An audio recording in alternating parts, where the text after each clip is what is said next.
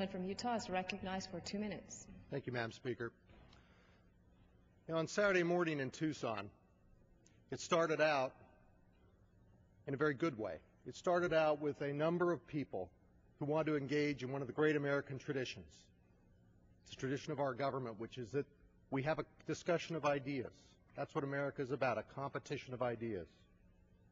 And so we had Congresswoman Giffords, and we had her staff, and we had members of the community gather. That's a positive start to that day. And of course, that positive start was destroyed by the tragic acts that have been recounted by so many on the floor. We all stepped back in shock and horror and sadness at what took place in Tucson. It's an attack on the individuals that clearly affects all of their lives. It's also an attack on sort of what this country's about.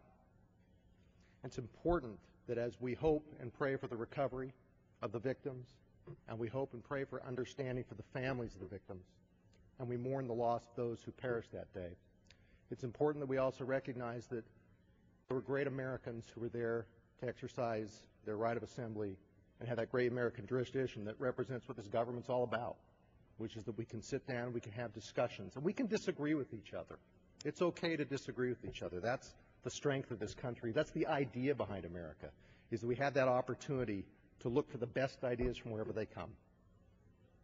And when it comes to public service, it would be good for all of us to recognize the ideals of our colleague, Gabby Giffords, a good friend, a good colleague, someone who had all the right motivations when she first got to Congress and continues to represent those motivations.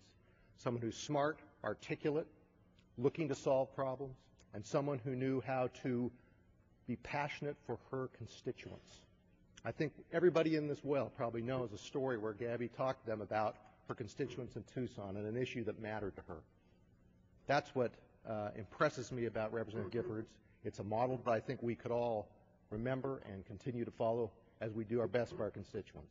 And so, Madam Speaker, I close by saying I wish all the best to the families, to the victims. Our thoughts and prayers are with them.